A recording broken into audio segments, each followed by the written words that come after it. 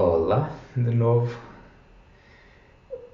Algumas ideias que eu gostava de partilhar dentro deste contexto de um tempo inédito, de maneira muito particular, nesta pequenina dimensão que é de facto tem que ser posta em perspectiva e se torna, ganha pequenez, cresce em pequenez diante do todo que estamos a viver, esta pequena dimensão de nós não nos podermos, durante uns tempos, reunir para celebrar em comunidade a Eucaristia, de maneira muito particular.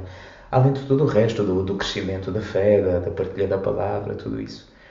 Mas a parte da celebração da Eucaristia, de não podermos celebrar juntos, de termos as igrejas fechadas, termos as casas das igrejas fechadas, os templos fechados. Ainda por cima, muita gente me tem enviado comunicações, não é? A pedir para eu celebrar e fazer streaming da celebração, para celebrar também através aqui do YouTube e assim. E eu não o tenho feito e eu não o vou fazer. Não acho mal que se faça, não acho que quem o faz mal, de maneira nenhuma, se faltava. Eu não vou fazer. Se eu o fizesse, para mim seria muito, muito estranho. E quero dar uma outra coisinha. É claro que o primeiro motivo, e é absolutamente correto, é quase politicamente correto dizê-lo, para não fazer, não celebrar e divulgar, fazer aqui um vídeo direto com uma celebração de Eucaristia ou domingo, não é? Eu sozinho, isso jamais o faria, jamais celebraria sozinho, pelo menos pela experiência que tenho até agora, né? O futuro não sei, mas celebrar a Eucaristia sozinho é algo que não encaixa na minha cabeça, não dá, né? Não dá. Há outras formas de celebrar, louvar, fazer oração sozinho. Eucaristia implica mesa e mãos dadas, implica comunhão presencial, né? E mesmo não fazendo sozinho, e mesmo em pequenina comunidade na qual vivo, e podemos, esta pequenina comunidade que de facto celebramos a Eucaristia todos os dias, transmitir em direto para os irmãos, né? E a Eucaristia, só que não, comigo não dá. A primeira justificação, né? Para não estar a dizer um a um, a primeira justificação é porque há tanta oferta neste universo, há tanta oferta, e estou a usar esta expressão de maneira refletida, há tanta oferta agora de Eucaristias online. Já havia na televisão ao domingo e na internet todos os dias, e canais também de televisão por cabo todos os dias, mas agora então há uma profusão de Eucaristias que eu nem sabia que havia tantas Eucaristias a acontecer ao mesmo tempo no país. Por isso agora está no Facebook, no YouTube, há Eucaristias online de todo o lado, de todas as maneiras e feitios. Por isso, para que acrescentar mais uma? O que é que eu tenho de especial, ou nós temos de especial, para entrarmos em mais uma celebração online? Não é preciso, há muito. Quem sente essa necessidade, quem tem esse desejo, para quem é importante isso, tem muito para onde escolher. No entanto, há uma resposta mais autêntica ainda, que é, de facto, eu não consigo conceber a Eucaristia assim nesta teledifusão. É algo que, mesmo vivendo tempos excepcionais como estes, não consigo entender a Eucaristia como algo ao qual se possa assistir. Ainda que do outro lado da tela, do outro lado do ecrã, esteja alguém com uma experiência de fé muito profunda, muito verdadeira. Eu não ponho em causa nada disso, nem ponho em causa sequer nada do que se faz, em quem o transmite. Não há nenhum juízo de valor, nem há nenhuma comparação de o que é melhor ou pior, não tem nada a ver com isso. Apenas a partilha de uma sensibilidade e a partilha de um olhar espiritual, se vocês quiserem teológico, há uma questão de teologia sacramental por baixo, um olhar sobre essa realidade. Eu até entendo E para mim é pacífico interiormente que alguém que pertence a uma comunidade, por exemplo, pertence à minha comunidade e não pode estar por algum motivo, porque está doente, porque está preso, porque está imigrado, porque está em quarentena, e então transmitir para essa pessoa ou para essas pessoas que são da comunidade, através de uma ligação direta, que essas pessoas possam estar a participar, não é? Ou a assistir à Eucaristia, à celebração da Eucaristia da sua comunidade, desta maneira. Isto para mim é absolutamente pacífico e normal. É uma maneira de estender o conceito de levar a comunhão eucarística àqueles que não podem estar na celebração. Para mim, pacífico. Isso. Porque há um registro de intimidade comunitária, há um registro de evento comunitário, e alguém que é da comunidade, que pertence ao corpo da comunidade, ainda que nesse momento não possa estar ali presente, situado, alguém que pertence a esse corpo e evento comunitário pode, através do telemóvel, do tablet, do computador, da televisão, o que for, estar presente nesse evento comunitário da sua comunidade. E a comunidade não está também a abrir, a expor a celebração, mas está a alongar o espaço para que os membros da comunidade, deste corpo comunitário, possam estar em comunhão dessa maneira. Isto para mim é absolutamente pacífico. Agora, transmitir, seja no Facebook ou seja no YouTube, de maneira assim não controlada, um evento de intimidade comunitária para fora do corpo comunitário, não entendo. Parece-me um despudor.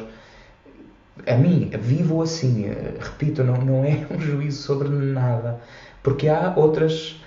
É muito fácil argumentar de outra maneira e eu tenho isso perfeitamente consciente.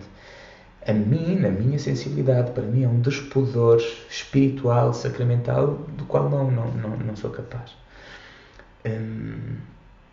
É claro que se pode dizer de maneira muito fácil. Eu conheço, não é a primeira vez que eu falo disto e agora falo sem ninguém que me contraponha desse lado, não é? Mas já falei disto em muitos contextos, face a face, em contextos de reflexão teológica e pastoral. E é claro que imediatamente dizem assim, mas quando celebras a Eucaristia numa comunidade em que tu estás ou pertences, tu não fechas a porta, então qualquer pessoa pode ir. É verdade, qualquer pessoa pode ir. E quem dera qualquer pessoa se sinta à vontade para vir. E para vir e entrar nesse evento corpóreo que é a comunidade a celebrar. Esta para mim é a questão. É claro que sim, portas abertas, e eu quero que todas as comunidades redentoristas sejam comunidades de uma extraordinária hospitalidade missionária. Que as pessoas possam, qualquer pessoa, ao calhas, pelos motivos mais aleatórios, possa entrar, chegar e participar do evento comunitário, da corporização celebrativa que acontece na e através da comunidade. Que é muito diferente de entrar online naquilo que uma comunidade está a celebrar ou a fazer. É muito diferente. Então, aqui toda a dimensão do corpo, de facto. A comunidade é um corpo. E a maravilha que são estes meios de comunicação, a maravilha que é termos este canal no YouTube e podermos ir refletindo juntos, continuando a ter aqui um vínculo de comunidade enquanto família redentorista, é uma maravilha. E aproveitemo-lo sempre. Mas esta fluidez da comunicação que nos permitem estes meios não substitui a corporização que uma comunidade precisa para celebrar o louvor do primeiro dia da semana.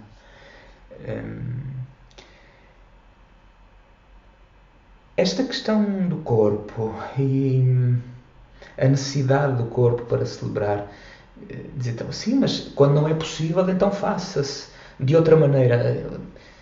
Não, acho que não. É entrar na lógica do assistir, ou seja, é querendo ou não, achar que a Eucaristia é uma coisa que o padre pode fazer sozinho. Então reparem que, querendo ou não, ainda que seja com a melhor boa vontade, eu sozinho sou capaz de fazer a minha Eucaristia e até vocês assistem. Eu sozinho sou capaz de transfigurar o pão e o vinho em corpo e sangue. Vocês numa casa, uma família de leigos redentoristas, uma família de missionários leigos Santíssimo Redentor, vocês juntam-se e não conseguem fazer uma Eucaristia. Não conseguem. Ora, há aqui algo há aqui algo de prerrogativa sacerdotal que pertence a uma teologia dos sacramentos com a qual eu não afino. Esta lógica de que eu, sozinho, sou capaz de fazer acontecer uma Eucaristia, à qual, através destes meios, eu vos posso fazer assistir ou participar, não é? Desta maneira, é algo que não encaixa, porque só a comunidade é capaz de fazer acontecer a Eucaristia. Jesus não diz, onde o Padre estiver, eu estarei lá. Jesus não diz, onde 2 ou 3 e um Padre estiverem, eu estarei no meio deles. Jesus diz, onde 2 ou 3, quer dizer 2 ou mais, se reunirem em meu nome, eu estou lá. Ponto. Querer sacerdotalizar uma promessa de presença destas, ou seja, querer reduzir uma promessa de presença destas, parece-me parece-me arriscado, para dizer o mesmo. A palavra que estava debaixo da língua parece-me um atentado ao Evangelho, parece-me um boicote à criatividade do Espírito, parece-me uma extinção da promessa fiável de Jesus de Nazaré. Por isso, para acontecer a Eucaristia, é preciso que aconteça a comunidade reunida, de facto. E eu sei, todo o argumento espiritual, teológico, de que estamos unidos espiritualmente, o corpo está unido, eu sei isso tudo. Só que, eu tenho essa grande limitação de precisar mesmo de carne e osso. Preciso mesmo de pele, preciso mesmo de toque. Estamos em tempo de uma anti-humana, antinatural contração do toque, anulação da proximidade. Isto não nos faz bem, nós não somos isto. É claro que agora é necessário, mas não nos faz bem, nós não somos isto. E a Eucaristia precisa disto, enfaticamente. Posto isto, assim, em termos de algumas ideias para uma reflexão, é claro que cada uma destas coisas tem muito por onde se pega, por onde se puxa, mas não é a ideia deste pequeno vídeo, desta conversa. Eu quero mais suscitar um bocado de reflexão do que outra coisa. Eu acho que o que está realmente em causa, quando se diz, sim, mas uma vez que não é possível mais, então seja isso, né? Que o padre celebre, transmita online e a sua comunidade, os seus paroquianos podem participar. Eu acho isso ótimo, mas o que está por base, além daquilo que eu já falei em termos de uma teologia sacerdotal ou sacramental com a qual eu não afino, o que está por base também é que o povo de Deus não é capaz de rezar. É uma pobreza enorme espiritual do povo de Deus. Isto é verdade, nós sabemos. Uma das características do cristianismo atual, na maior parte dos lugares que são herdeiros da cristandade, como é o nosso caso, é um depauperamento espiritual que é confrangedor. Nós não sabemos orar. Orar para nós não é algo de... Não é uma segunda natureza, muito menos uma primeira. As nossas comunidades cristãs não são escolas de oração. Quando são exceções. Não são escolas de oração. É por isso que é muito fácil entrar no cristianismo também a lógica do consumismo, que nós fartamos de encher a boca com o consumismo, mas também há um consumismo espiritual. E é óbvio que está a acontecer.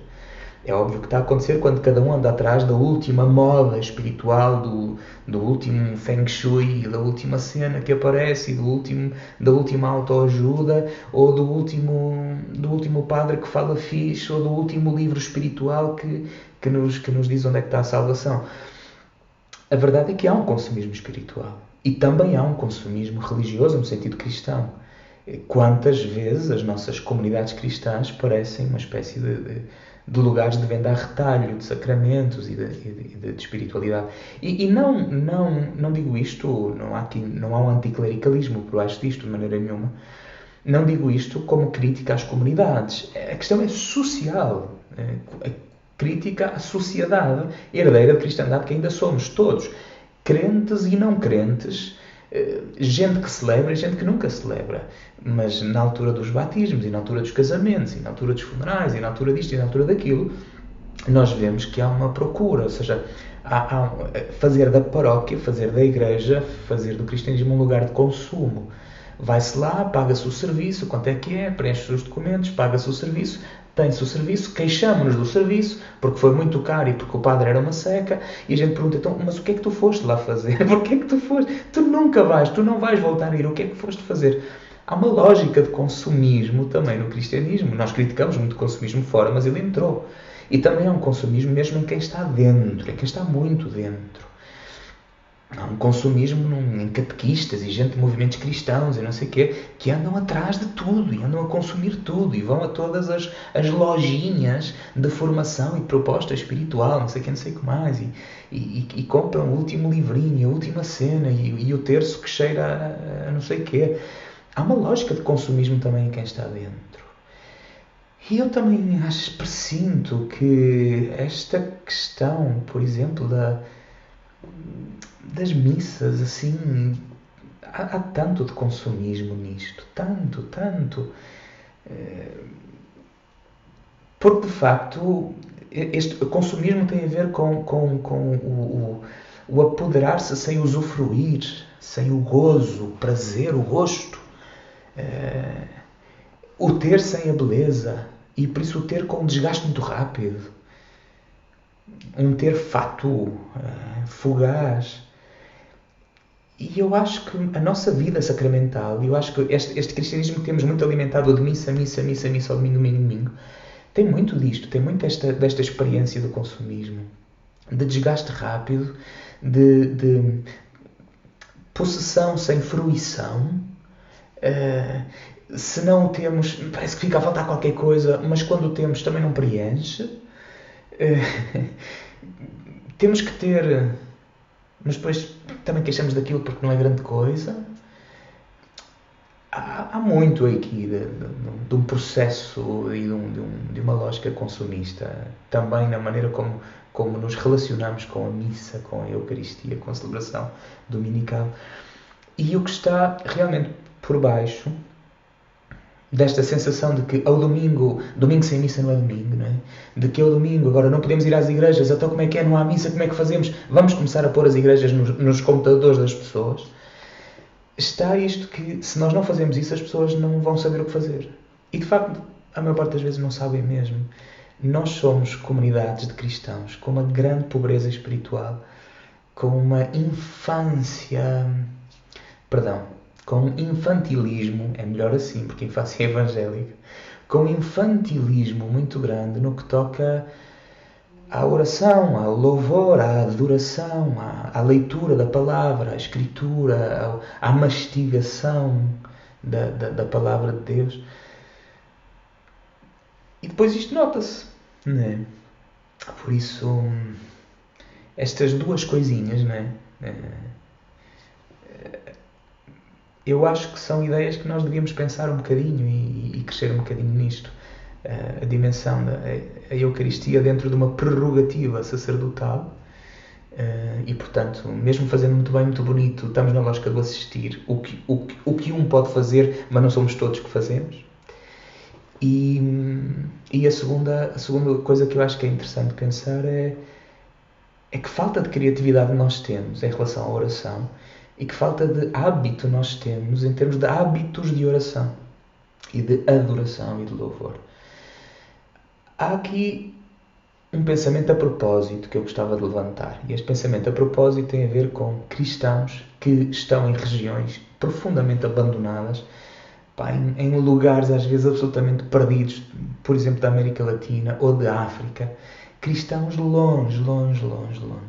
E como eles vivem? Sem terem Eucaristia dominical. Como é que eles vivem? Como? Como é que eles se reúnem, crescem, não é? E há uma experiência imensa que eu me lembro numa pequena tabanca, numa aldeinha já, uma tabanca, um lugarejo de uma tabanca, de uma aldeinha já a colar com a fronteira do Senegal, onde há anos que o último missionário tinha lá ido, depois entanto tinha acontecido para lá umas quantas tropelias por causa de umas cenas ali perto. Não interessa agora, que tinha começado um grupo de catecúmenos naquela pequena aldeia de preparação para o batismo. O missionário tinha começado isso deixou de poder ir. Ninguém mais lá podia ir, pois era muito difícil ir lá, quer em termos físicos, quer em termos da perigosidade de chegar lá.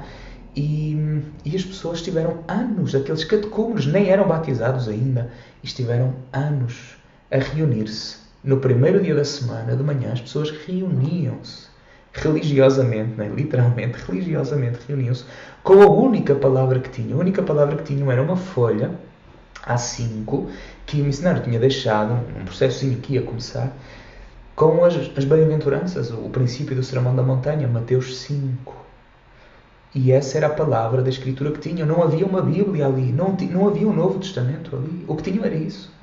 E as pessoas durante anos reuniram-se no primeiro dia da semana para rezar, para louvar, para desejar o batismo. E todos os domingos liam a palavra de Deus, que era aquela. Todos os domingos liam Mateus 5. Porque era toda a Escritura que tinham. Como é que se mantinham as pessoas? Não é? Podem imaginar, quando o missionário chega lá, a fome que as pessoas tinham de batismo, não é? De serem batizadas. E como é que a fé se alimenta? Ou seja, há aqui qualquer coisa que nós temos que aprender. Há aqui uma maturidade, há uma inteligência espiritual para a qual nós temos que despertar. Um outro pensamento a propósito é dos cristãos perseguidos, que os há ainda no mundo, e são tantos, que não podem às claras fazer oração, reunir-se para louvar. Não podem celebrar a Eucaristia às claras. A maior parte deles não pode mesmo celebrar a Eucaristia. Na maior parte dos lugares não há sequer presbítero com quem possam celebrar a Eucaristia. Então eles reúnem-se às escondidas no primeiro dia da semana, ou na vigília, na noite, na noitada do primeiro dia da semana. Reúnem-se nas casas uns dos outros, aqui e acolá, e fazem umas celebrações. Cada um faz ao jeito, em cada lugar vão fazendo ao jeito que podem. E rezam, e louvam, e andam com Bíblias às escondidas, e alguns andam com Bíblias escritas em papéis à mão e enrolados no bolso.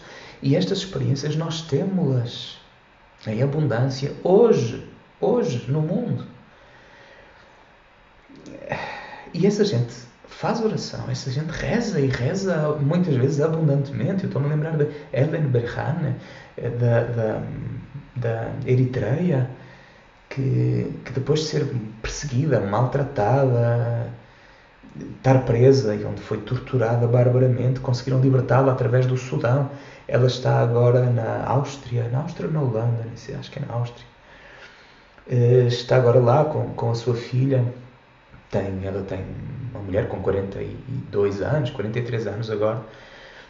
E num testemunho que ela escreveu, um livro dela que só está em inglês, infelizmente, Songs of the Nightingale, não está traduzido ainda, que ela diz que continua, agora que está livre, continua a rezar sempre, de 4 em 4 horas, no ritmo das 8, 12, 16, 20, 24, 4, 8, de 4 em 4 horas, juntamente com os irmãos cristãos da Eritreia que estão presos e companhia, porque esse foi o ritmo que foi passando entre eles. De 4 em 4 horas vamos unir-nos em oração. Estão unidos em oração de 4 em 4 horas.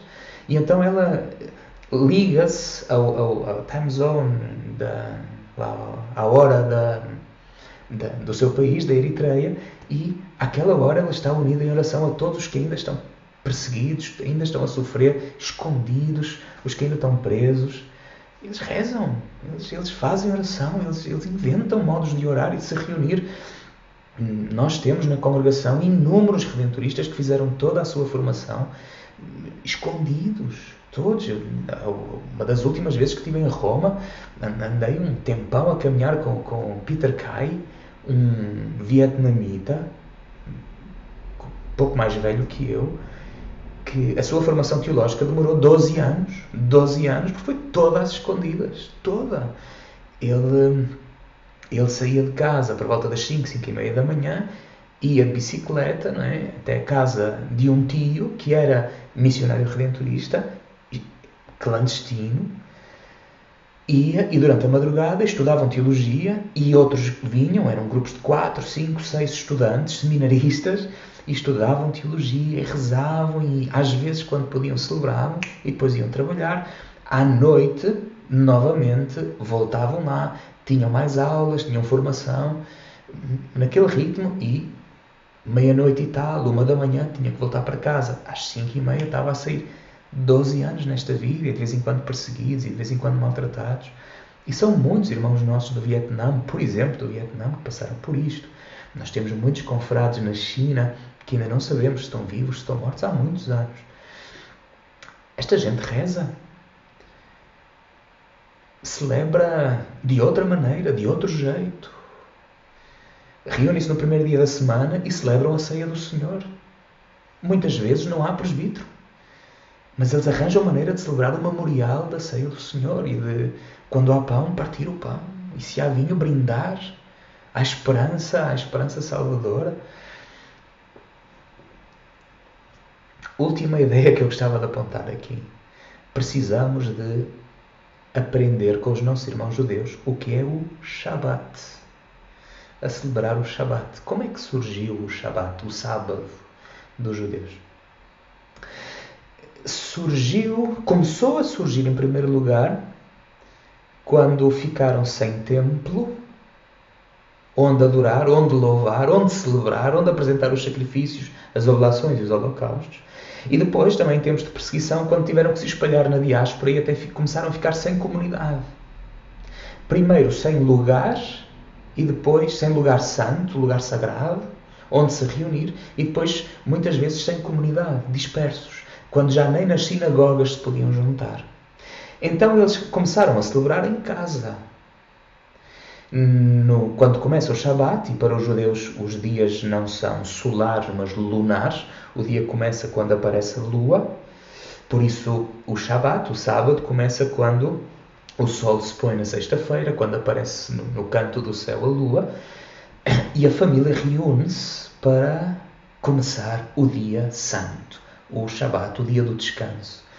Esta era uma conversa imensa, uma conversa muito profunda. O Shabat é das grandes aprendizagens, dos grandes mandamentos bíblicos que nós havíamos de reaprender. Mas eu não quero espalhar-me agora neste vídeo. Mas o que eu quero que vejamos agora é só que quando desapareceu o templo sagrado, eles inventaram um tempo sagrado. Quando deixaram de ter um lugar para reunir, eles transformaram o lar para reunir. Quando não podiam congregar-se em comunidade, eles celebravam, eles ritualizavam, eles situavam a presença salvadora de Deus e a esperança salvadora de Deus em casa, em família. Foi assim que começou o Shabat. Às vezes perguntamos o que é que está por baixo do grande enigma da existência do povo judeu, que existiu como nenhum outro povo durante séculos e séculos e séculos, sem território, sem uma constituição comum, sem um poder centralizado. Como é que eles sobreviveram enquanto nação, enquanto identidade nacional? Sobreviveram porque fizeram da sua terra as Escrituras. As Escrituras tornaram-se a sua terra sagrada, o seu chão santo, o seu território. E sobreviveram porque, à medida que foram perdendo todas as referências exteriores, o templo, às vezes até a própria possibilidade das sinagogas, a congregação, a reunião, à medida que iam perdendo todos os elementos exteriores que lhes davam identidade, eles souberam situar tudo isso no íntimo doméstico, no íntimo da casa. Então, quando começa o Shabat, isto começa de uma maneira muito solene. As luzes estão apagadas, há umas velas próprias, diferentes das outras, para começar o Shabat. Faz-se um pão próprio, um bolo doce, há um vinho para começar o Shabat, há um cálice, e há uma oração própria, ritual disso, e a mãe de família, a família junta-se, a mãe, o pai, os filhos, as pessoas da casa, simplesmente, não há nenhum rabi lá. As pessoas juntam-se, vestem-se bonitas, põem a roupinha boa, depois a mãe acende a vela, há todo um ritual de destapar os olhos, fazem-se umas orações mais, parte-se o pão, come-se o pão, bebe-se o cálice de vinho, marca-se o princípio do Shabat. E depois o dia do Shabat é um tempo de descanso. É um tempo em que se quebra o ritmo dos outros dias, as rotinas dos outros dias, em que não se faz igual, come-se diferente, ritma-se o tempo diferente, lê-se diferente, conversa-se diferente, marca-se o ritmo. E depois no fim do Shabat, portanto no sábado à noite, né, faz também um pequeno ritual de fim do Shabat. Então abre-se e fecha-se este dia, que é um dia de salvação. Este dia que é um templo, este dia que é um lugar, este dia que é um sítio de celebrar. Nós perdemos isto. Profundamente. Então, que desafio bom nós temos agora, que não temos o nosso lugar de reunião, que não temos a nossa possibilidade de congregação.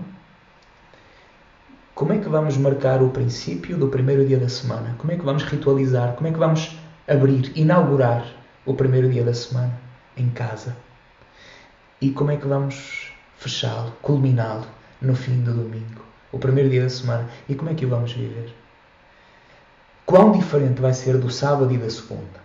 Este dia, no que fazemos, no que lemos, no modo como conversamos, na roupa que vestimos, na refeição que comemos, na oração que fazemos juntos, no louvor que recriamos, na procura de escuta à palavra que...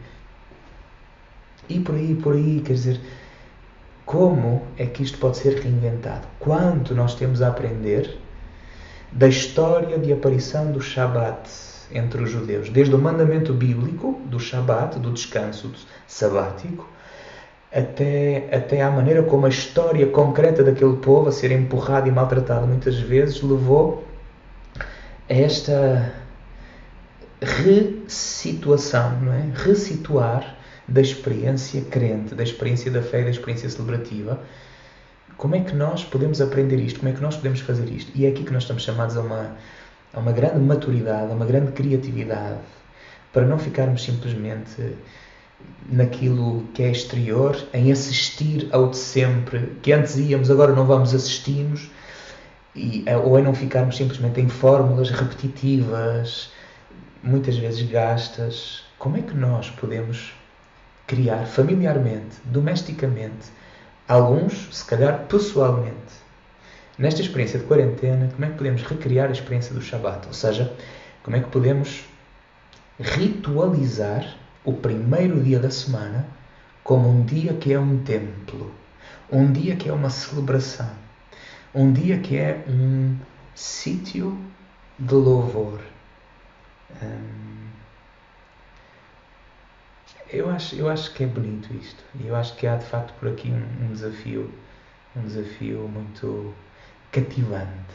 Aproveitemos esta quarentena para amadurecer muitas dimensões da nossa vida enquanto discípulos de Jesus Cristo. Há muito que todos nós temos a caminhar.